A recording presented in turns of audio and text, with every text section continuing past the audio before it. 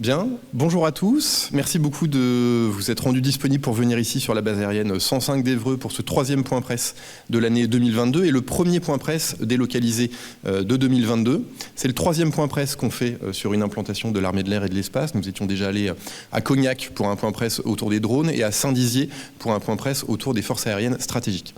Je remercie beaucoup la colonelle Solène Le Floch de nous faire l'honneur de nous accueillir aujourd'hui sur la base aérienne 105 d'Évreux. Je remercie le colonel Spey, chef du CIRPA Air, pour avoir organisé, en lien avec la DICODE, que je remercie également, cette journée exceptionnelle à votre profit, mesdames et messieurs les journalistes. L'objectif de ces points presse délocalisés, c'est toujours le même, c'est vous permettre d'avoir un échange direct avec des opérationnels, avec des militaires et des civils du ministère des Armées sur le terrain, ce qui nous change des points presse à Ballard. L'objectif, c'est aussi d'aller à la rencontre de mesdames et messieurs les journalistes de la presse quotidienne régionale, et je me réjouis qu'il y ait plusieurs médias locaux et régionaux qui soient aujourd'hui sur cette belle base aérienne d'Évreux. Le programme de la journée est le suivant. Nous allons commencer par le point presse traditionnel en tant que tel, avec un point sur les actualités du ministère des Armées, une présentation de l'agenda de la ministre des Armées, et puis un focus thématique sur l'escadron franco-allemand qui est l'objet de notre visite aujourd'hui à Évreux.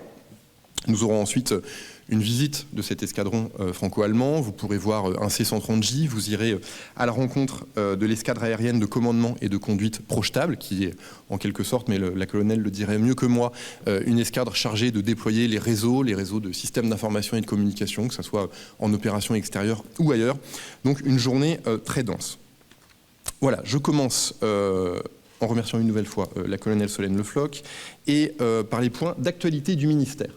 Alors, tout d'abord, vous le savez, cette semaine commencent les Jeux Olympiques de Pékin. La cérémonie d'ouverture est demain. Nous avons un certain nombre de militaires qui constituent l'armée de champions qui sont engagés dans ces Jeux Olympiques. Il y a 88 athlètes français qui représentent les couleurs de notre pays pour ces Jeux Olympiques d'hiver. Et sur ces 88 athlètes français, 22 sont issus de l'armée des champions. Donc un quart des athlètes français sont des militaires, 19 sont issus de l'armée de terre et 3 de la gendarmerie. Pour ce qui concerne les Jeux paralympiques, nous aurons 4 athlètes de cette armée de champions qui participeront à ces Jeux qui, eux, se dérouleront du 4 au 13 mars. Je rappelle que lors des Jeux olympiques d'hiver de Pyeongchang en Corée du Sud en 2018, il y avait eu une formidable moisson par l'armée de champions en matière de médailles, puisque 47% des médailles françaises avaient été obtenues par des militaires et 80% des médailles d'or.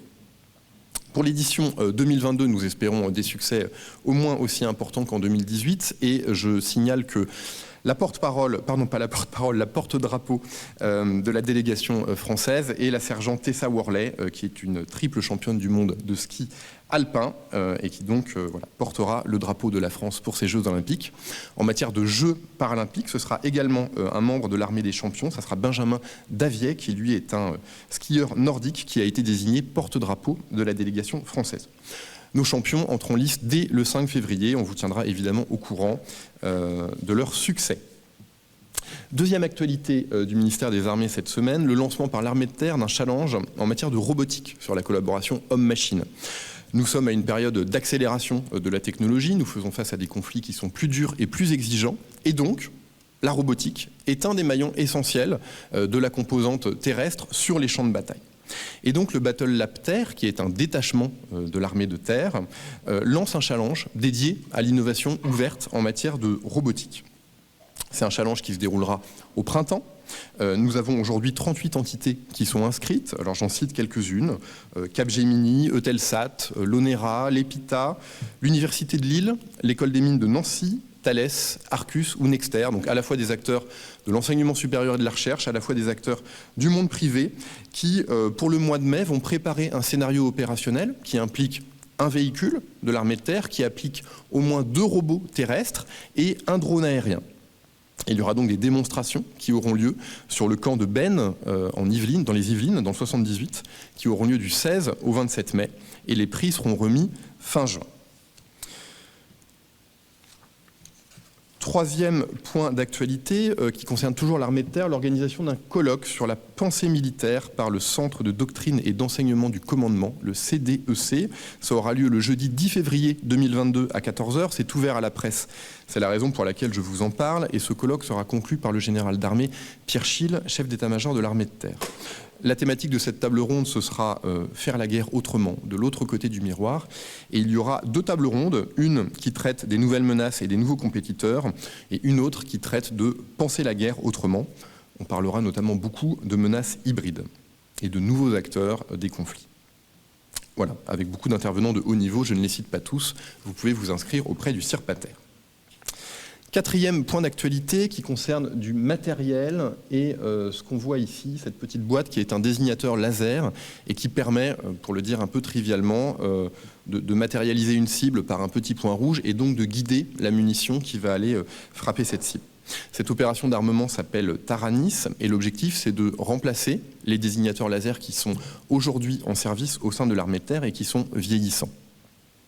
Alors nous parlons de 2 types de désignateurs laser, des désignateurs laser courte portée jusqu'à 4 km et des désignateurs laser longue portée jusqu'à 10 km. Un des objectifs, c'est notamment la compacité et le poids de cet équipement. Aujourd'hui, cet équipement fait à peu près 16 kg. Avec la génération qui va arriver, ce sera un poids de 5 kg. Donc un gain évidemment très notable en matière de déploiement. Alors de combien de quantité et de combien de matériel parle-t-on? À peu près 200 désignateurs laser de courte portée et une 50aine de désignateurs laser longue portée. La classe de ce marché, qui a été passée à l'industriel Silas, qui est le champion français en la matière, est de l'ordre de 50 millions d'euros. Donc le désignateur laser courte portée, il a été qualifié l'été dernier et nous avons déjà réceptionné 110 de ces équipements, 165 ont été commandés et 25 viennent d'être commandés en plus des 165 il y a quelques jours par la DGA. C'est la raison de l'annonce que je vous fais aujourd'hui. Quant au désignateur laser longue portée, il sera qualifié cet été. Nous en avons déjà commandé 30. Ils seront livrés à partir de 2023. Voilà. Autre annonce en matière d'équipement, mais qui intéresse très directement l'armée de terre et l'ensemble des forces, c'est le système léger de topographie. Quand vous faites des opérations sur le terrain, vous avez besoin d'avoir une connaissance fine de la topographie des lieux, en 2 dimensions bien sûr, ce sont les cartes traditionnelles, mais aussi en 3 dimensions. Et donc le système dont je vous parle maintenant, c'est le système qu'on distingue sur ce petit véhicule protégé. C'est un système qui est basé d'une part sur un lidar. Un lidar, c'est une sorte de laser qui va scruter l'environnement, revenir, et l'analyse de la lumière émise par le laser, de la façon dont cette lumière a été réfléchie sur des immeubles, sur des bâtiments, eh bien, nous permet d'analyser le relief et de sortir de cette analyse une carte en 3 dimensions d'un environnement. Donc il y a ce lidar, il y a des caméras et il y a un système de géolocalisation. Et donc ces systèmes, l'ensemble de ce système s'appelle le système léger de topographie, permet, alors que ce soit un petit véhicule protégé, que ce soit un véhicule de l'avant blindé, que ce soit un véhicule Scorpion, eh bien de faire un mapping, un screening si vous voulez, de l'environnement urbain et donc d'avoir en temps réel une carte en 3 dimensions des lieux dans lesquels vous agissez. Et ensuite, cette carte en 3 dimensions, elle peut être partagée avec d'autres véhicules qui sont déployés sur le théâtre. Alors, c'est essentiellement à destination de l'armée de terre. Néanmoins, via un autre système d'information qui s'appelle Géode 4D, toutes ces données topographiques sont transmises à l'ensemble des directions, des services et des forces armées du ministère des Armées. L'unité de l'armée de terre qui est à la manœuvre sur cette question-là, c'est le 28e groupe géographique. Pour ceux qui sont des familiers du point presse, on avait fait intervenir le 28e groupe géographique dans un point presse sur la géographie militaire au milieu de l'année 2021. Donc ce système maintenant, il a été qualifié par la DGA, il va être testé par la STAT, la section technique de l'armée de terre, et il sera très prochainement déployé dans nos unités. Autre point d'actualité toujours en matière d'équipement, le déploiement, alors cette fois-ci c'est au profit de l'armée de l'air et de l'espace, de systèmes militarisés de communication par satellite pour les MRTT Phoenix. Nous venons de notifier à la société Thales un marché pour intégrer à bord de ces avions MRTT des stations satellitaires haut débit qui permettront aux MRTT d'opérer dans des milieux qui sont brouillés au plan électromagnétique et qui nécessitent donc un durcissement en termes de liaisons satellitaires. Les liaisons satellitaires dont nous parlons derrière sont interfacées avec le système Syracuse 4. Et donc, ces stations satellitaires qui vont être intégrées dans le fuselage de l'avion par Airbus lors de l'upgrade au standard 2 de ces avions MRTT permettra véritablement aux MRTT d'être un nœud de commandement, un nœud de connexion pour des opérations aériennes. Voilà, je rappelle que le satellite Syracuse 4, le premier de cette constellation de 3 satellites, a été lancé en octobre 2021. C'est l'entreprise Thales qui fabrique ce système, essentiellement l'entreprise Thales de Brive, avec 350 personnes qui sont impliquées, mais aussi les sites de Gennevilliers et de Cholet de l'entreprise Thales. Voilà, je conclus ces points d'actualité en vous signalant un exercice dans lequel un A400M Atlas de l'armée de l'air et de l'espace va être associé. C'est l'exercice étape C. Alors étape C, c'est l'acronyme, la colonelle connaît ça par cœur, j'imagine, de European Tactical Airlift Program Course. Et c'est un exercice majeur de transport européen. C'est du vol à plusieurs avions. La thématique de cet exercice, qui se déroulera sur l'île de Lanzarote, en Espagne, c'est la conduite de missions tactiques de nuit sous JVN, donc sous jumelles de vision nocturne.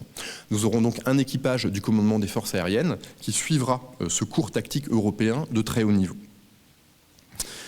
Cet exercice étape C, il permet de développer l'interopérabilité entre les forces aériennes, il permet de partager de l'expérience en matière de transport tactique, que ce soit du transport de fret, que ce soit de l'assaut, des opérations aéroportées ou des évacuations de ressortissants. Il y aura une prochaine étape de cet exercice, étape C, qui aura lieu en France, à Orléans, qui sera organisée du 9 au 20 mai 2022. Voilà, je pense que le CIRPAER vous en reparlera prochainement. Voilà pour les points d'actualité de la semaine du ministère des Armées. Auriez-vous des questions sur ce que je viens de dire ou sur d'autres points? Monsieur Tanguy, si on peut donner un micro à Monsieur Tanguy. Oui, bonjour. J'ai une question sur le système militarisé de communication par satellite dont vous venez de parler. J'ai pas compris quand cette capacité serait opérationnelle et le nombre de stations qui seraient intégrées. Donc, par conséquence, le nombre d'avions qui seront équipés à terme. Est-ce que ça vaudra pour tous les Phénix ou seulement pour un certain nombre d'entre eux? Merci. Alors, la date à laquelle ce système sera opérationnel, c'est 2025. Et le nombre de systèmes dont nous parlons, je vais me le faire vérifier. Je pense que l'objectif est d'équiper l'ensemble des MRTT. Peut-être Stéphane, tu peux me le confirmer? C'est l'objectif, voilà. Si on peut être plus précis, on le sera, mais à ce stade, voilà, c'est 2025 et l'ensemble des MRTT. Autre question sur ces points d'actualité ou sur d'autres? Très bien. Eh bien, dans ce cas, je passe à l'agenda de Madame Parly pour la semaine prochaine. Elle commencera lundi 7 février par une audition au Parlement européen avec la sous-commission défense. L'objectif de cette audition, c'était évidemment parler de la PFUE, de la présidence française du Conseil de l'Union européenne. Ça sera aussi l'occasion d'un tour d'horizon assez large sur l'ensemble des sujets d'actualité, notamment internationale, que ce soit le Sahel ou que ce soit l'Ukraine. Elle enchaînera avec un échange téléphonique avec le ministre de la Défense du Canada qui vient d'être nommé. C'est donc une première prise de contact. Le lendemain, le 8 février, elle aura une audition au Sénat sur le Sahel. Puis le mercredi 9 et le jeudi 10, elle aura un déplacement international dont on vous parlera dans quelques jours. Et en fin de semaine prochaine, elle devrait faire un déplacement dans une entreprise en province. Voilà, les deux derniers points que j'ai signalés vous seront précisés dès que possible. Voilà pour l'agenda de la ministre. Je fais vite puisque l'objectif de la journée, c'est quand même de vous parler de la base aérienne d'Évreux et de l'escadron franco-allemand. Je vais rapidement passer la parole à la colonelle Le Floch. Je vais néanmoins rappeler quelques fondamentaux de la relation de défense entre la France et l'Allemagne. Vous dire que c'est une relation qui est ancienne, qui est solide et qui est particulièrement spéciale par son volume et sa qualité. Au plan historique, elle remonte au traité de l'Élysée qui avait été signé par le général de Gaulle et le chancelier Adenauer en 1963. Il y avait trois objectifs principaux dans ce traité que je vais rappeler ici. Un premier objectif qui était un objectif stratégique et tactique, et je cite le traité, l'objectif est de rapprocher les doctrines en vue d'aboutir à des conceptions communes. Le deuxième objectif, et on est au cœur du sujet aujourd'hui avec l'escadron franco-allemand, c'est le personnel des armées, c'est des échanges entre les armées. Et le troisième sujet, c'était le sujet de l'armement. Je cite là aussi le traité de l'Élysée. Les deux gouvernements s'efforceront d'organiser un travail en commun dès le stade de l'élaboration des projets d'armement appropriés et de la préparation des plans de financement. Donc vous voyez, 60 ans après, nous sommes toujours dans cette dynamique. Alors, la coopération militaire franco-allemande, elle est très vaste. Je vais vous donner des exemples très concrets. Elle est structurée essentiellement à haut niveau par le Conseil franco-allemand de défense et qui réunit le président et le chancelier et les ministres de la Défense et des Affaires étrangères. La dernière édition de ce CFADS, c'était le 5 février 2021, quelques jours après les 2 ans du traité d'Aix-la-Chapelle. Alors, Outre l'escadron franco-allemand, il y a un certain nombre d'institutions qui incarnent très concrètement la densité de cette relation franco-allemande. Je voudrais quand même les citer. D'abord, la brigade franco-allemande, la BFA, qui a été créée en 1989. Nous parlons de 5000 hommes et femmes, français et allemands, qui sont implantés à Mülheim, en Allemagne. Et donc, nous avons un état-major et un bataillon de commandement et de soutien qui sont mixtes. Deuxième exemple, l'Eurocorps, qui avait été créé en 1992 pour renforcer les liens stratégiques entre les deux pays. Aujourd'hui, c'est 6 nations cadres. Outre la France et l'Allemagne, vous trouvez aussi la Belgique, le Luxembourg et l'Espagne. Et depuis le début de l'année 2022, la Pologne. Cet Eurocorps, il peut être engagé dans différents cadres multilatéraux, que ce soit sous l'égide de l'UE ou sous l'égide de l'OTAN. Nous avons, vous la connaissez sans doute, l'école franco-allemande du Tigre. Le Tigre est un appareil partagé entre la France et l'Allemagne, en tout cas dont les deux armées sont dotées. Cette école franco-allemande du Tigre, elle regroupe 300 personnels, français et allemands. Il y a une partie en France au LUC. Cette partie au LUC, elle est là pour le volet pilotage et le volet formation tactique. Et puis, il y a une partie en Allemagne, à Fassberg, qui est là pour le volet formation tactique. Et chaque année, nous avons 70 stagiaires qui se forment au pilotage, à la maîtrise technique de l'appareil, soit au LUC, soit à Fassberg. Enfin, généralement, ils font les deux. Il y a une force navale franco-allemande, c'est peut-être méconnu, mais c'est une force navale qui a été créée en 1991. L'objectif, c'est une force de réaction rapide, donc qui est non permanente, qui peut être activée de manière ad hoc, et qui combine des moyens français et allemands. Il y a, et l'armée de l'air et de l'espace le sait très très bien, un centre de formation franco-allemand pour les contrôleurs aériens qui se situe à Nancy, et c'est le seul centre en Europe qui est capable de former des contrôleurs avancés jusqu'au niveau combat ready, selon les standards de l'OTAN. Et puis ensuite, au plan scientifique et technologique, nous avons un institut de recherche conjoint qui s'appelle l'Institut franco-allemand de recherche de Saint-Louis, l'ISL, qui est basé à Saint-Louis, comme son nom l'indique, qui a été créé sur la base d'un traité en 1958. C'est par exemple le centre qui est leader en matière de canon électromagnétique, qui est une arme d'avenir sur laquelle nous travaillons. Voilà, donc ça ce sont les unités constituées. Il y a aussi le volet formation. Nous accueillons tous les ans, alors que ce soit dans les formations de la Marine nationale, dans les formations initiales ou dans les formations initiales de l'armée de terre, entre 1 et 5 élèves officiers allemands. Nous accueillons au sein de l'école de guerre des officiers allemands. Nous avons réciproquement des stagiaires français qui suivent les cours de la Führungsakademie à Hambourg. Et enfin, au sein du centre des hautes études militaires du ministère des Armées, c'est l'école des généraux et des amiraux pour ceux qui n'en sont pas familiers, un officier supérieur allemand qui se prépare à occuper de hautes responsabilités dans le domaine bilatéral. Voilà. Et puis nous avons des officiers d'échange. Vous connaissez la mission Agénor, dont on vous parle régulièrement en point presse, cette mission de surveillance du détroit d'Ormuz. Eh bien, la frégate légère furtive Gepard était déployée dans ce détroit il y a quelques mois. Il y avait à bord un officier allemand. Alors, c'est un couple, le couple franco-allemand, qui est moteur dans la construction de l'Europe de la défense. Je ne serai pas très long, mais vous connaissez les initiatives du Fonds européen de la défense, 7,9 milliards d'euros entre 21 et 27. Vous connaissez la coopération structurée permanente, vous connaissez l'initiative européenne d'intervention. Ce sont des projets, des thématiques sur lesquels le couple franco-allemand a été particulièrement à la manœuvre. Sur les projets de coopération structurée permanente, le projet de drone MAL européen est un exemple de projet qui est porté par la coopération structurée permanente. Et nous travaillons aussi dans le cadre de la CSP sur des trous stratégiques qu'il conviendrait de combler en matière d'équipement, par exemple, en matière de transport stratégique d'avions d'emport de charges lourdes. Voilà, donc c'est un projet piloté par l'Allemagne auquel la France est associée.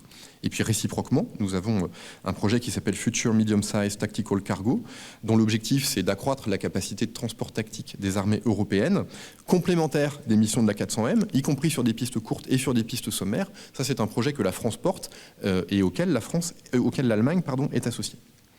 Voilà, en matière capacitaire et industrielle, vous connaissez l'entreprise KNDS qui résulte de l'agrégation de Nexter et de Cross-Maffei Wegmann, projet qui date de 2015. Nous allons vers de plus en plus d'intégration au sein de cette entreprise. Nous avons maintenant une gouvernance unifiée, un chairman, un CEO unique pour l'ensemble. Nous avons les projets de SCAF, alors j'y reviens pas mais je vous en parle souvent, avoir un démonstrateur qui vole en 2027, pouvoir remplacer le couple Rafale Mirage côté français et Eurofighter Tornado côté allemand à partir de 2040. Voilà, c'est des projets entre 50 et 80 milliards d'euros, donc c'est des projets tout à fait massifs et stratégiques pour l'Europe. Le projet de char de combat du futur, bien sûr, qui vise à partir de 2035 à remplacer le Léopard 2 en Allemagne et le char Leclerc en France. Voilà, j'ai fini ce propos introductif, un peu trop long, pardonnez-moi. On arrive maintenant à l'escadron franco-allemand. Je vais passer la parole à la colonelle Le Floch. Juste vous rappeler que c'est le fruit d'un accord entre gouvernements français et allemands, un premier accord signé en avril 2017 entre M. Le Drian et Mme von der Leyen, qui posait les bases du principe de financement de ces infrastructures, complété par un deuxième accord signé en août 2021 par Mme Parly et Mme Kramp-Karrenbauer sur les modalités d'organisation et de fonctionnement de cette unité binationale et du centre de formation. Du personnel allemand, la colonelle va le détailler, est arrivée en 2021 à Évreux. La flotte de C-130J, qui était basée jusque-là à Orléans, a été transférée à Évreux. Donc maintenant, 4 avions C-130J sont ici. Vous en verrez un tout à l'heure. Et les prochaines étapes, c'est maintenant l'arrivée d'avions allemands qui vont arriver pour le premier d'entre eux dans quelques semaines et dont les arrivées seront jalonnées jusqu'en 2024 où nous aurons la pleine capacité de cet escadron de transport franco-allemand. 4 avions français, 6 avions allemands, 260 personnes, pour moitié françaises, pour moitié allemands. Pour faire tout cela, il faut des infrastructures, j'en ai un peu parlé. La première pierre de l'escadron avait été posée par Mme Parly et Mme Kramp-Karrenbauer le 17 septembre 2020. Ce projet d'infrastructure, il représente à peu près 120 millions d'euros, financé pour moitié par l'Allemagne, pour moitié par la France. Et donc, c'est une illustration extrêmement concrète de l'Europe de la défense. Et voilà, l'objectif de cette journée aujourd'hui, c'est de vous montrer que l'Europe de la défense, et singulièrement la relation franco-allemande, c'est quelque chose de très concret. Voilà, je vais maintenant respectueusement passer la parole à la colonelle Le Floch. Bonjour à tous et bienvenue sur la base aérienne d'Évreux, colonel Le Floch, le commandant de cette base aérienne depuis quelques mois maintenant, pour vous présenter un petit focus donc, sur l'escadron franco-allemand. La slide suivante, ce qu'on appelle nous le Binational Air Transport Squadron, c'est la langue anglaise dans l'arrangement technique et dans nos accords qui est retenu pour le travail au quotidien au sein de cette unité. Binational Air Transport Squadron, BATS, c'est peut-être cet acronyme que vous donneront tout à l'heure les opérationnels que vous allez rencontrer. Pas de nombre de baptêmes aujourd'hui, des réflexions sont en cours pour aboutir, et on a déjà des convergences entre nos états-majors pour aboutir dans les prochains mois, les prochaines semaines. Slide suivante. Donc cette petite frise qui a déjà été évoquée effectivement avec ce premier accord intergouvernemental en avril 2017 qui a pu poser les fondements sur le financement des infrastructures opérationnelles et également du centre de formation qui verra le jour d'ici quelques mois. À la suite de cette signature de l'accord intergouvernemental, la formation de nos équipages qui a eu lieu dans un premier temps donc aux États-Unis, à Little Rock. Les équipages donc français s'y sont formés pour être en mesure d'accueillir le premier avion C-130J sur la base d'Orléans en décembre 2017. Ces avions ont été accueillis à Orléans par synergie avec leurs cousins C-130H dans la version la plus ancienne au sein de l'escadron de transport Franche-Comté. Et accueillis également à Orléans dans l'attente de la mise en place des infrastructures ici pour les accueillir. Infrastructure temporaire dans un premier temps, puis définitive que vous allez découvrir aujourd'hui. Juillet 2019, on a vu donc la mise en place d'éléments précurseurs, à la fois des mécaniciens et puis des équipages qui ont été mis en place à Orléans au sein de cette unité pour commencer à préparer la montée en puissance et la mise en place de cette unité. Juillet 2021, donc grande date ici pour la base aérienne d'Évreux, puisqu'elle a vu l'accueil des 4 C-130J donc en provenance d'Orléans et naturellement des équipages qui les ont accompagnés. Peu avant la cérémonie, on va dire, officielle de prise de commandement qui a eu lieu en début septembre, on a vu la signature de cet accord intergouvernemental, le deuxième, qui fixait les modalités d'organisation et de fonctionnement, comme l'a précisé tout à l'heure M. Grandjean. Slide suivante. Voilà, donc nous sommes au 3 septembre, donc dans cette phase de montée en puissance qui a débuté le 3 septembre 2021, ici sur la base aérienne, avec cette cérémonie au cours de laquelle a été conféré le commandement au lieutenant-colonel Franck, que vous verrez tout à l'heure, un commandement français. Je reviendrai un peu plus sur cette organisation d'unité. Un aménagement dans un premier temps sur les infrastructures temporaires. On a pu bénéficier d'infrastructures auparavant occupées par nos équipages de Transal. Ces infrastructures temporaires, non pas que les infrastructures, en tout cas le programme était en retard, mais que c'était initialement prévu. C'est un programme qui a été très ambitieux et l'ensemble des échéances sur le volet infrastructure ont été respectées. C'est un travail vraiment qui a été mené avec l'ensemble des experts et qui a été mené à bien dans des délais très contraints. Donc quelques mois dans les infrastructures temporaires et depuis quelques jours, je peux le dire, donc la semaine dernière, la fin de l'emménagement dans les nouvelles infrastructures opérationnelles, notamment les mécaniciens qui ont rejoint ces dernières infras donc il y a quelques jours. Comme vous l'avez précisé, prochain jalon important pour l'escadron, pour les Allemands en particulier, c'est la livraison de leur premier avion dans les dates qui sont annoncées. Donc c'est une livraison le 17 février, donc très très rapidement, pour pouvoir continuer la montée en puissance sur ce vecteur. Vous avez ici sur le diaporama donc une vue en sortie d'usine de l'avion donc avec la cocarde de la Luftwaffe. Un avion qui est d'ores et déjà au standard Block 8.1, un standard que sont en phase de récupérer les avions français qui étaient arrivés avec un standard inférieur au Block 6. Donc cet avion sera livré en février. On prévoit un certain nombre de vols opérationnels, d'expérimentation, et très rapidement, il devrait être, on va dire, opérationnel. On vise en tout cas une échéance en mai 2022. Cet avion et les équipages allemands bénéficiant naturellement de toute l'expertise et de toutes les expérimentations menées sur les avions français. Donc une première livraison en février et très rapidement en fait également d'autres livraisons. On prévoit 3 vecteurs sur l'année 2022, 2 sur l'année 2023 et un dernier en 2024. Donc une cadence assez rapide de livraison qui va s'accompagner par une montée en puissance RH sur le côté allemand. En parallèle, et vous le verrez tout à l'heure, se passe la construction du centre de formation dont la mise en service est prévue en 2024. Donc ce centre de formation accueillera un simulateur de vol, un full flight simulator de dernière génération permettant l'entraînement de nos équipages de conduite directement sur site. À noter également la mise en place d'un fuselage trainer pour l'entraînement au profit du personnel en soute.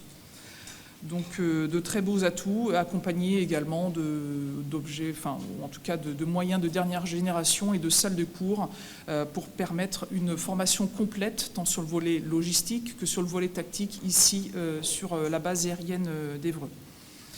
Tant que ce centre n'est pas opérationnel, les formations se passent aujourd'hui aux États-Unis, à Little Rock, et notamment on a des équipages à l'heure actuelle qui ont cette formation additionnelle dans le cadre de l'adaptation au rétrofit Block 8, et potentiellement également des formations, en tout cas un entraînement récurrent qui est effectué à l'International Training Center de Pise, donc en partenariat avec nos amis italiens qui sont également équipés de C-130J.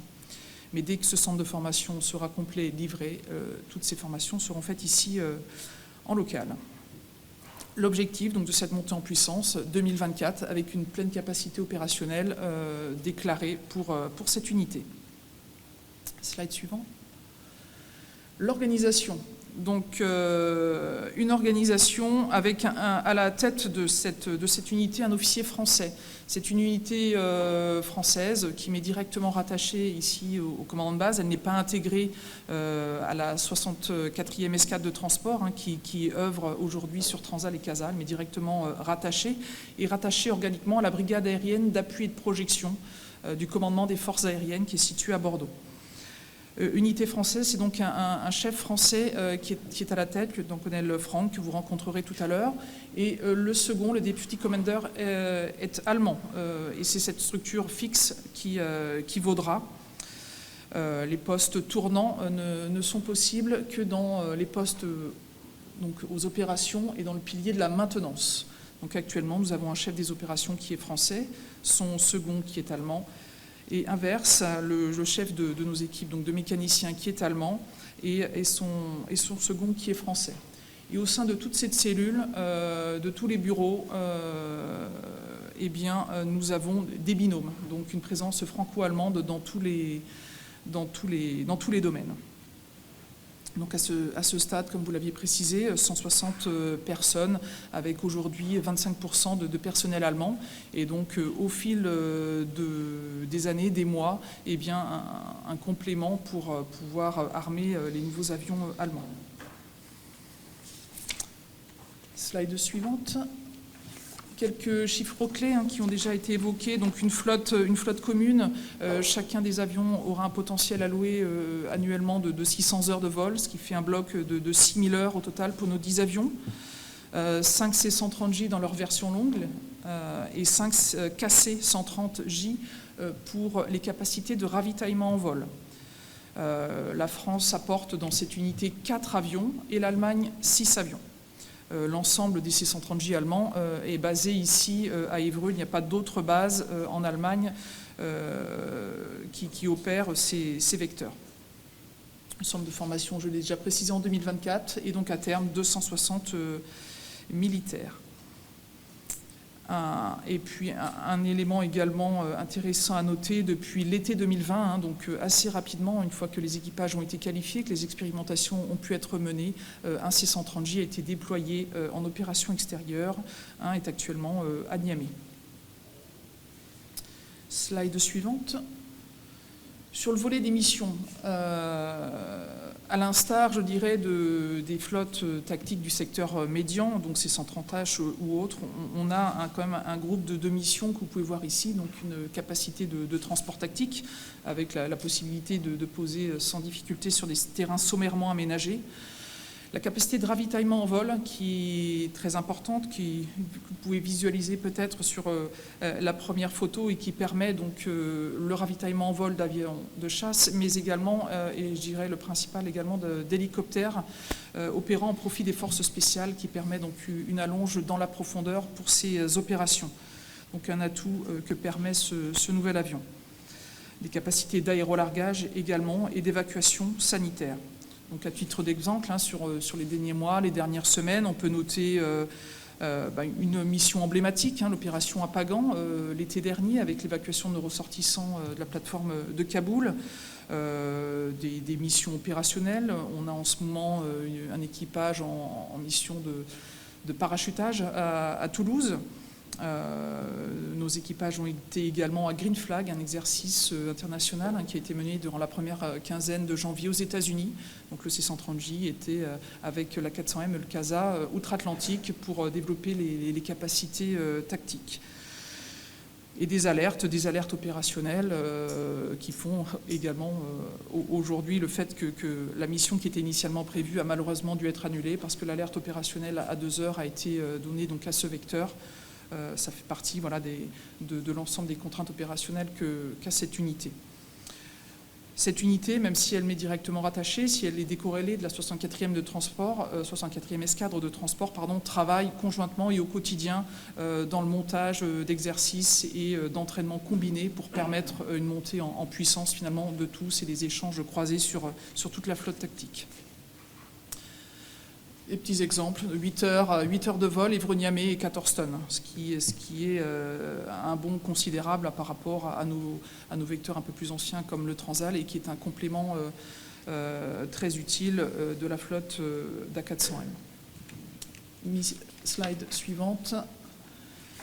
Petit focus sur les infrastructures. En introduction, ça a déjà été rappelé et puis vous aurez l'occasion, c'est l'objet de cette visite aujourd'hui, de vous rendre compte sur place. Donc vous pouvez voir donc, ces belles infras, les infras opérationnelles, donc avec une colocalisation des équipages et des équipes de maintenance dans une belle infrastructure, un passage obligé pour tous le matin pour se retrouver et ne pas avoir de séparation entre les équipes techniques et les équipages, l'escadron formant un tout. Donc 3 surfaces couvertes permettant d'accueillir ces 3 C-130J pour les opérations de maintenance. Un parking a également été créé permettant d'accueillir 6 avions, voire 7 quand ils sont tractés au sol. Une aire de dégivrage également à proximité, vous pouvez voir au premier plan. Tout ceci se situant à proximité des taxiways et du seuil de piste et donc permettant une accessibilité assez directe. À noter également, dans les projets futurs, la base aérienne est en plein développement. Dans les années futures, la construction d'une nouvelle escale aérienne qui se trouvera en proximité du grand parking, permettant naturellement l'accès à tout ce matériel en soutien aux opérations et aux missions opérationnelles. Donc ces infrastructures opérationnelles ont été financées pour moitié par les Français et par les Allemands. Une vue également qui figure ici, donc c'est un bâtiment d'hébergement, ce qu'on appelle nous BCC 100, un bâtiment pour les cadres pouvant accueillir 100 personnes, qui a été construit également sur la base aérienne. Cette partie a été entièrement financée par la France, mais permet l'accueil de célibataires ou célibataires géographiques allemands dans de belles conditions également ici. Vous noterez sûrement sur vos trajets un bâtiment, on va dire, empreinte de l'identité allemande en briques rouges. Il s'agit du bâtiment, on va dire, national administratif, le National Support Element, dans lequel l'ensemble des personnels civils, on en compte 5, et militaires, œuvrent au profit du personnel allemand ici sur place.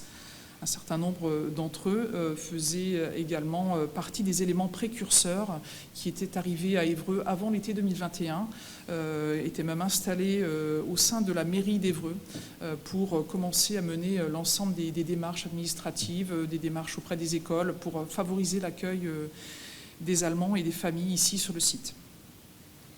À noter que nous accueillons 22 familles allemandes, ce qui correspond à 36 enfants qui sont scolarisés ici, donc en France, donc une majeure partie à Évreux, à tous les niveaux, donc cours élémentaires, collège et lycée. Sur le volet infrastructure, une partie que je n'ai pas fait figurer ici, mais qui est on va dire en partie modulaire, qui a été rajoutée à l'infirmerie, donc au service médical. Il est à noter effectivement la présence d'un médecin et d'un infirmier qui sont ici positionnés pour assurer le soutien médical du personnel allemand. Voilà pour ces quelques éléments. Slide suivante. Donc le programme qui a déjà été en partie dévoilé, donc dans un premier temps une visite de l'escadron, vous allez vraiment aller à la rencontre de nos personnels, donc équipage, mécaniciens, poser l'ensemble des questions que vous pourrez poser et donc également visiter toutes ces infrastructures, les unités, le hangar, l'avion qui se trouve dans le hangar, on se prémunit de toute dégradation météo, donc vous serez à l'abri pour également découvrir cet avion. L'ensemble des capacités de stockage aussi qui sont assez impressionnantes. Une première puisque toute l'équipe logistique est véritablement intégrée au sein de cette unité. Une première pour la base aérienne et également plus large pour l'armée de l'air et de l'espace. À l'issue de cet échange privilégié, de cette visite, nous retrouverons pour un repas où là nous avons convié un certain nombre d'experts, infrastructures, soutien commun, qui ont participé à ce projet, qui ont mené avec beaucoup d'énergie pour faire en sorte que tout se passe bien et qu'on tienne bien les délais. Donc ils seront là également pour échanger avec vous et vous apporter des détails sur ce projet de grande ampleur. Et comme l'a souligné donc M. Grandjean, également après le repas, nous vous invitons à découvrir une autre unité, donc slide suivante. C'est vrai que la base aérienne est connue pour être historiquement une base transport. Pour autant, depuis quelques années, elle s'est très largement développée et elle répond aujourd'hui à toutes les missions stratégiques définies dans le livre blanc, avec un certain nombre d'unités très en pointe et spécifiques. L'escadre aérienne de commandement et de conduite projetable est un exemple de cette expertise. Et donc aujourd'hui, la thématique choisie est d'entrer dans le cœur du dispositif particulier de sûreté aérienne, ce qu'on appelle nous des DPSA, des hommes de l'ombre qu'on voit assez peu, mais des experts en développement réseau, capacitaire, communication, sans qui aujourd'hui aucune opération ne serait rendue possible. Vous pouvez le voir ici, une petite image sur le site de Kourou avec la mise en place de bulles de protection dès que nous lançons des fusées. Sur l'Arc de Triomphe potentiellement également à l'occasion du 14 juillet, tous ces dispositifs sont mis en place. et également dans les mois, voire les années à venir, avec des grands rendez-vous attendus pour la France, la Coupe du monde de rugby, puis les Jeux Olympiques 2024 à Paris, qui verront donc la sollicitation de cette expertise pour assurer la protection du territoire national et des Français. Donc voilà, c'est cette découverte que vous ferez in situ également auprès des experts. Vous pourrez échanger avec les techniciens sur la mise en œuvre de ce dispositif particulier. J'en ai terminé. Je suis prête à répondre à vos questions si vous en avez. Merci, colonel. On va effectivement prendre les questions. Allez, monsieur Tanguy avait levé la main en premier. Oui, bonjour, colonel. Ravi de vous revoir. Sur le C130J, bon, on va visiter tout à l'heure l'unité, mais en général, en unité, les personnels parlent peu des taux de disponibilité des Rotex. Qu'est-ce que vous pouvez nous dire, vous, sur le taux de disponibilité de la flotte de C130J et globalement du retour d'expérience de l'emploi opérationnel de l'avion depuis qu'il est déployé en opération et particulièrement au Sahel. Merci. Très bon retour opérationnel sur le vecteur et on va dire les heures de vol de nos équipages sont assez marquantes dans ce domaine. Il est à noter 350 heures de vol par pilote l'année dernière pour 2021, 415 pour nos loadmasters, donc ce qui montre quand même une belle activité opérationnelle en opération et de bon retour sur le spectre des missions. Concernant la disponibilité de ce vecteur, je dirais aujourd'hui nous avons 4 vecteurs, donc un employé en opération qui a une excellente disponibilité.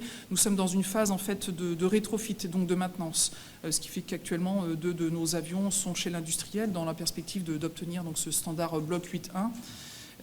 Et l'avion aujourd'hui donc, qui est à participer à Green Flag, qui est aujourd'hui en alerte opérationnelle, présente une disponibilité qui est tout à fait satisfaisante. Donc, je pense que quand nous serons sortis en fait, de tous ces chantiers de rétrofit et de maintenance, nous y verrons plus clair, mais à ce stade, pas de difficultés particulières rencontrées.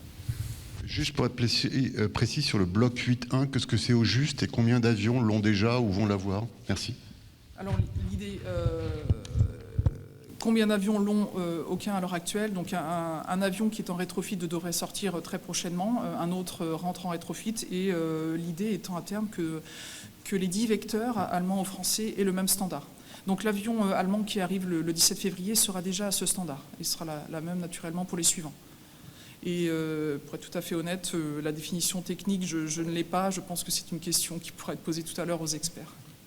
Sorry, I have a question regarding to your squadron, the C-130, and I would like to know how this squadron is taking place of the C-160 squadron we had here 2 years ago.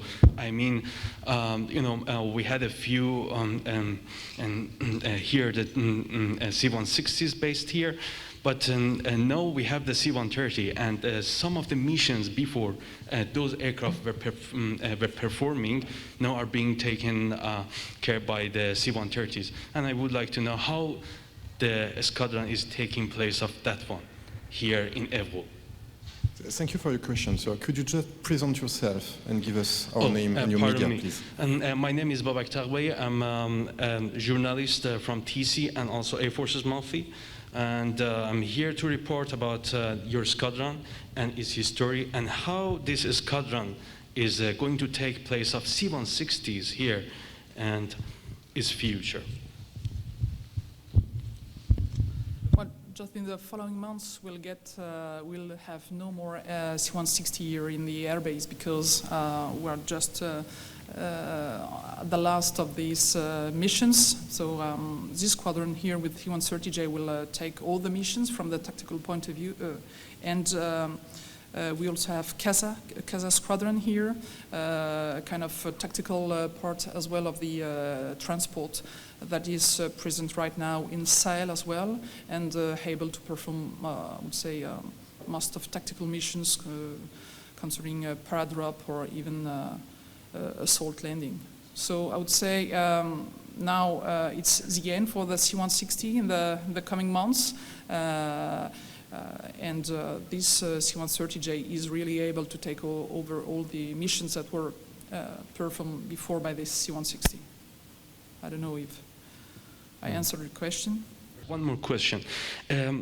And when the C-130 arrived here, you probably had some technical and operational challenges first time you are hosting a new aircraft. Can you please tell me how you overcome these challenges when the new aircraft added to your inventory here in Évreux? There are many challenges. Of course, talk about technical challenges. I would say we're now experienced because fortunately in the in the latest year we had the Airbus A400M, we had all these new fleets, so we've got this experience here in the French Air Force, and most of the team and the implementation team was built to ease all these experimentations before. So there is a great challenge on this part, but there is also a great challenge on human resources, on a binational squadron organization. I mean, everybody has to understand each other. So there is a great challenge concerning the language as well. English language is the main language, and I would say the unique one in the squadron. So it's a great challenge as well. So we all have to face this challenge and try to build day after day the tactical capability. Bonjour, Patrick Schulzeil, je travaille pour Arte. Donc vous avez évoqué les différentes missions comme les transports tactiques, aussi des évacuations sanitaires. Vous avez donné l'exemple de Kaboul. Maintenant, par expérience, quand je regarde la brigade franco-allemande, par exemple, qui avait du mal de partir ensemble en opération, parce qu'en France, c'est le président qui décide, en Allemagne, c'est le Parlement qui décide. Maintenant, ce sont des équipes mixtes ici. Si on prend l'exemple d'une évacuation sanitaire comme à Kaboul, que ça sera dans un autre lieu, vous avez des pilotes allemands, des pilotes français. Comment ça se passe au niveau du commandement? Est-ce qu'il faut encore un vote du Parlement allemand ou suffit une décision du président français? Comment ça se passe concrètement après pour pouvoir partir vraiment en mission mixte dans des missions comme Kaboul par exemple, comme pour une évacuation? Tout à fait. Alors effectivement, nous avons des processus décisionnels qui sont différents, donc ça n'échappe pas naturellement au C-130J. À notre niveau, au niveau de la base aérienne, au niveau de l'escadron, nous faisons tout, nous mettons tout en œuvre pour être en mesure d'offrir la capacité à nos autorités, à ceux qui décideront. Donc on est vraiment dans une coopération dans la version la plus aboutie, donc au-delà des postes que je précisais dans l'organisation, c'est vraiment au quotidien offrir toujours cette capacité de voler avec un pilote allemand, un copilote français et également ces équipages mixtes qui sont en soute. Donc à l'heure actuelle, ces situations d'engagement dans des théâtres particuliers ou en opération ne se sont pas présentées. Je ne me prononcerai pas sur les décisions naturellement qui seront faites ultérieurement. Comme je le dis, nous mettons tout en œuvre pour offrir le choix, la capacité de se déployer avec un équipage multinational. Et en fait, c'est vrai que je ne l'ai pas précisé, mais le ATC, le commandement européen du transport aérien, a fait depuis 2010 que nos deux nations, alliées naturellement avec d'autres pays européens, ont mis en œuvre tout un corpus documentaire, donc une base réglementaire, documentaire, des règles d'emploi d'équipage communes qui existent déjà. On a déjà ce socle, on a déjà des manuels d'opération qui sont communs. Donc, quelque part, dans la formation et dans la mise en œuvre au quotidien, on est en mesure d'offrir cette capacité. Après, les politiques et nos autorités supérieures décideront de cet emploi. Oui, Pierre-Julien, bonjour, colonel, pardon. Petite question toute simple, le choix du transfert d'Orléans à Évreux, ce n'est pas une façon de compenser le départ des Transos, c'est vraiment d'axer ça, que Évreux soit le fief des C-130J et Orléans, le berceau des A400M. Autre petite question, simplement, les équipages allemands, eux aussi, ont leur formation à Little Rock de base. Et puis, on a bien compris que, effectivement, équipages allemands ne pourront, comme disait mon confrère tout à l'heure, en fait, transporter que des militaires français non armés, quoi, en gros. Alors pour répondre aux différentes questions, donc effectivement transfert d'Orléans à Évreux, parce que je me prononce au nom de l'armée de l'air et de l'espace, mais Orléans est vraiment la base d'accueil des A400M, du fait des volumes et des nombres de ces vecteurs. La base est vraiment d'Orléans, le cœur d'A400M, et l'idée, enfin la base aérienne d'Évreux est maintenant la base d'accueil de tous les avions de transport de secteur médian. Je disais CASA, donc Transal encore pour quelques mois, et puis demain C-130J. Donc voilà, c'est vraiment ça, libérer de l'espace qu'il n'y a plus sur la base d'Orléans et rassembler toutes ces flottes ici à Évreux. Ensuite, tous les équipages allemands sont également formés à Little Rock dans un premier temps. Donc c'est ces formations communes qui forcent aussi à utiliser la langue anglaise aux États-Unis et donc qui permettent voilà, de commencer à accrocher le niveau d'anglais qui est ensuite utile au sein de l'escadron.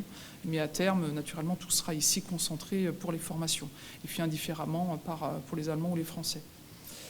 Et quant aux particularités de transport que vous évoquez, comme je dis, nous, on met tout en œuvre pour que l'on puisse le faire.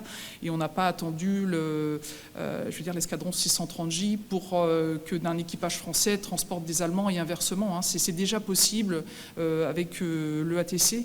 On est déjà dans des missions croisées au profit des autres nations. Donc il y a déjà des choses vraiment qui existent et je suis assez optimiste sur le développement de ces capacités. Nous, en tout cas, on est prêts et on fera tout pour offrir le choix à nos politiques de missions conjointes. Bonjour, Hafsa Alami pour Al Jazeera. Au vu de la crise ukrainienne actuelle, pensez-vous qu'il est nécessaire de travailler de plus en plus sur des coopérations militaires et opérationnelles entre la France et les autres pays européens? Et ma deuxième question, Madame Florence Parly est au Niger aujourd'hui. Est-ce que vous pouvez nous donner quelques informations brièvement, si c'est possible, sur la force Barkhane et la présence de la France au Sahel en général? Merci. Merci Madame pour votre question. Je ne vous vois pas, mais je vous aperçois.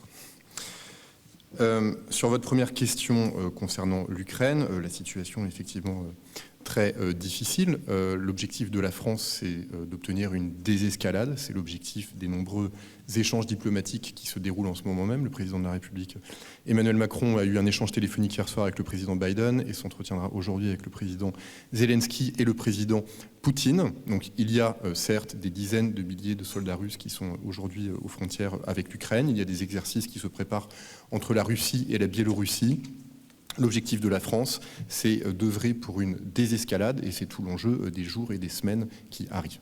Et de toute façon, il y a des discussions au plan multilatéral extrêmement nombreuses, que ce soit dans un cadre Union européenne, et l'audition de la ministre au Parlement européen sera aussi l'occasion d'évoquer la crise ukrainienne, et évidemment au sein de l'OTAN, qui, je le rappelle, est une alliance essentiellement défensive.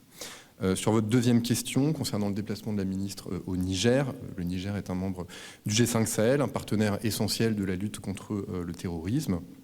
Aujourd'hui, la force Barkhane, c'est à peu près 4500 hommes qui sont déployés au Sahel pour lutter contre les groupes armés terroristes. Il y a, chacun le sait, une difficulté avec la junte actuellement au pouvoir qui, d'une part, refuse la transition démocratique dont elle aurait dû survenir précisément au mois de février 2022 et pour laquelle il demande 5 ans de plus, ce qui ferait 7 ans de junte. Ça fait long, chacun en conviendra. Et d'autre part, une association avec une société militaire privée dont chacun connaît les exactions et les prédations sur d'autres théâtres. Donc, dans ce contexte, le gouvernement français considère que la situation ne peut effectivement pas rester en l'état. Et donc, ce qu'il se passe en ce moment, ce sont des concertations pour trouver la voie qui permettra de continuer notre mission, qui est de lutter contre les groupes armés terroristes au Sahel. Cette concertation, elle se fait avec les pays de l'Union européenne, et elle se fait avec les pays de la CEDEAO, de la communauté des États d'Afrique de l'Ouest. Et c'est à cette réponse que nous travaillons, là aussi dans un cadre multilatéral. Voilà. Monsieur Julien. Ah oui, puisqu'on parle du Sahel, est-ce qu'on a eu des renseignements supplémentaires sur l'attaque qui a coûté la vie au Agadé à Gao, et éventuellement, est-ce qu'il y a des mesures de sécurité qui ont été renforcées, notamment au niveau du matériel pour protéger la base, enfin surtout cette immense implantation? il y a des moyens de détection et d'alerte vis-à-vis d'attaques éventuelles de roquettes ou d'autres choses. Ces moyens existent d'ores et déjà. Ils n'ont pas permis, malheureusement, d'éviter l'attaque et le décès du brigadier Martin. Néanmoins, ces moyens sont déployés et fonctionnent. Voilà. Je n'ai pas d'informations à ce sujet. Monsieur Tanguy. Oui, bonjour. Je ne vois pas le colonel Yanni aujourd'hui, malgré la situation internationale, donc malheureusement, ce sera à vous de répondre. Est-ce qu'on en sait un peu plus sur la provenance des mortiers qui ont tué le brigadier Alexandre Martin, précisément? J'ai posé la question au colonel la semaine dernière et je pense qu'il a maintenant la réponse. Est-ce que vous l'auriez, vous? Et le Canard enchaîné qui est sorti mardi soir explique qu'il y avait un Américain parmi les blessés. Est-ce que c'est vrai à votre connaissance? Et que faisait cet Américain sur la base de Gao? Parce que moi, personnellement, j'en ai jamais vu. Donc, quelle était sa fonction? Par ailleurs, où en est la génération de force pour le dossier qui a également été évoqué sur le dernier point presse, la présence française en Roumanie? Est-ce que le chiffre 2000 est bon? Est-ce que ce sera plus? Est-ce que ce sera moins? On parle également d'hélicoptères. Est-ce que vous avez des éléments? Et enfin, une question sur les réseaux sociaux, je terminerai là-dessus. Il se passe maintenant plus une seule journée sans qu'on soit aujourd'hui ennuyé par des militaires qui sont manifestement assez désœuvrés et pas très occupés et qui viennent nous empêcher de travailler sur le net. Ça, c'était assez nouveau. On a des gens d'actifs et parfois, on est assez surpris de leur niveau et l'endroit où ils travaillent. Et est-ce que vous auriez une idée des obligations de réserve qu'ils ont, des obligations de présence modeste sur Internet? Je crois qu'il y a un petit guide des réseaux sociaux qui a été fait à l'époque par l'ADICODE, me semble-t-il, ça expliquait bien les choses. Est-ce qu'il y a une version 2022 de ce guide qui a été fait? Merci. Merci Monsieur Tanguy pour vos différentes questions. Je n'ai pas d'informations sur la provenance des mortiers. Sur le fait qu'un soldat américain ait pu être blessé, je pense que ce n'est pas à moi de donner cette information-là, c'est aux autorités américaines. Après, la base de Gao, c'est une base de la MINUSMA, donc qu'il y ait d'autres nationalités que les nationalités françaises ne doivent pas nous étonner. Sur votre question sur la génération de force en Roumanie, la France a proposé effectivement que puisse être déployé, si l'OTAN en agrée le principe, quelques centaines de soldats français en Roumanie au titre de la réassurance. La réassurance, ça veut dire apporter des garanties de sécurité à des pays qui, en raison de leur histoire et de leur géographie, peuvent légitimement se sentir menacés par les manœuvres russes auxquelles nous assistons aujourd'hui, dans un esprit purement défensif. Donc je n'ai pas d'autres chiffres à donner que celui qui a été donné par la ministre des Armées, qui est quelques centaines, et qu'elle a donné samedi dernier. Sur votre dernière question relative aux réseaux sociaux, oui, il existe un guide qui donne les bonnes pratiques que tout personnel militaire du ministère des Armées doit avoir sur les réseaux sociaux. Vous nous connaissez suffisamment pour savoir que ces principes sont la discrétion, la sobriété et autant que faire se peut, et je ne parle pas des communicants du ministère des Armées bien sûr, mais autant que faire se peut, ne pas tisser de lien entre une présence sur un réseau social et une appartenance au ministère des Armées et un statut militaire, toujours les mêmes maîtres mots que sont sobriété, discrétion et réserve.